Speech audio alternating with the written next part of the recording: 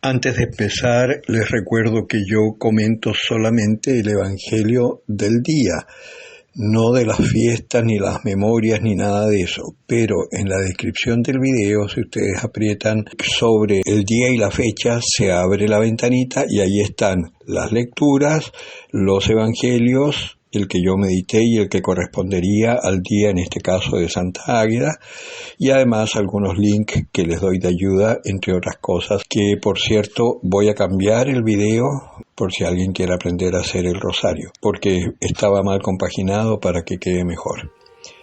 Eso, y ahora sí, vamos a lo de hoy.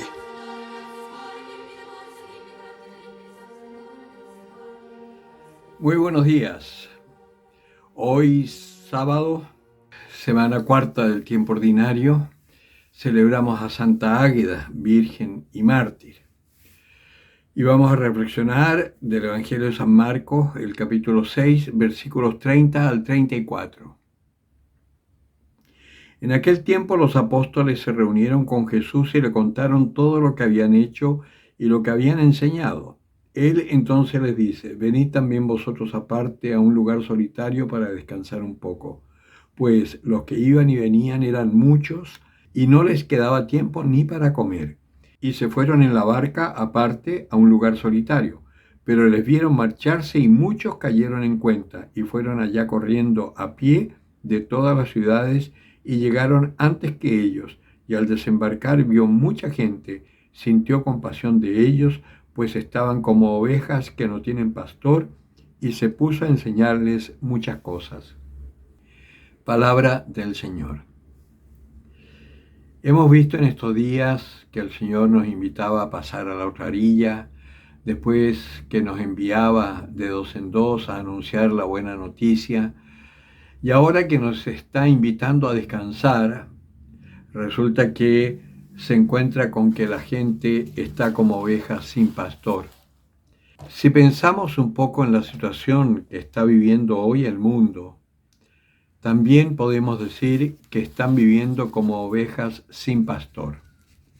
Por un lado, los católicos y los cristianos estamos sufriendo un cierto abandono y el mundo además nos está dejando cada vez con mayores restricciones para poder vivir nuestra fe.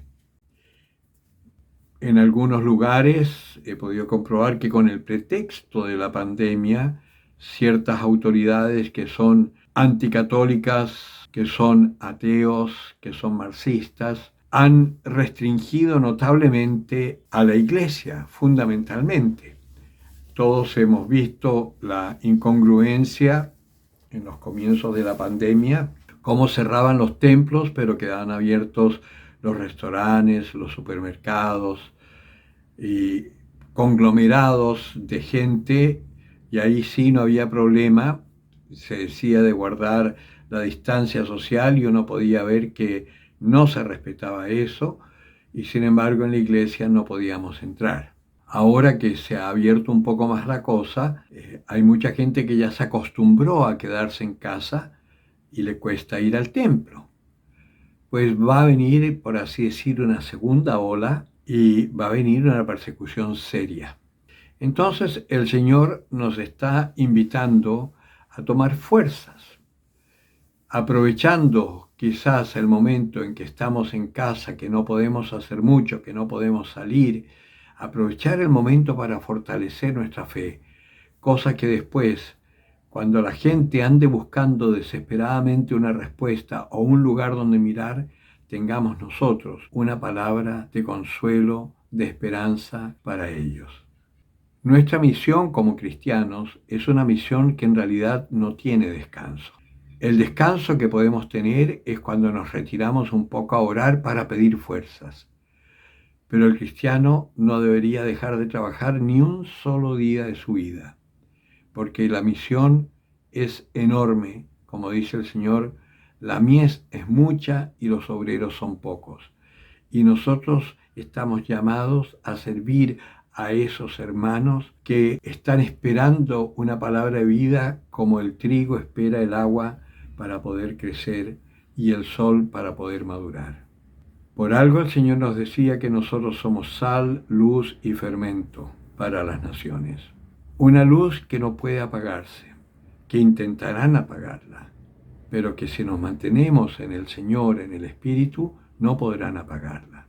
Que toda esta gente que hoy anda buscando desesperadamente algo y que encuentra respuestas en falsas promesas de bienestar y vida, como son las sectas y todos estos orientalismos que están tan de moda, que nos puedan encontrar y recibir una palabra de verdad, que los fortalezca en serio y que los abra a la esperanza de esta realidad extraordinaria del ser humano, que es la vida eterna, y que hoy más que nunca muchos pensadores quieren eliminarla de nuestro ideario, para que así andemos más extraviados aún y puedan hacer con nosotros lo que se les da la gana.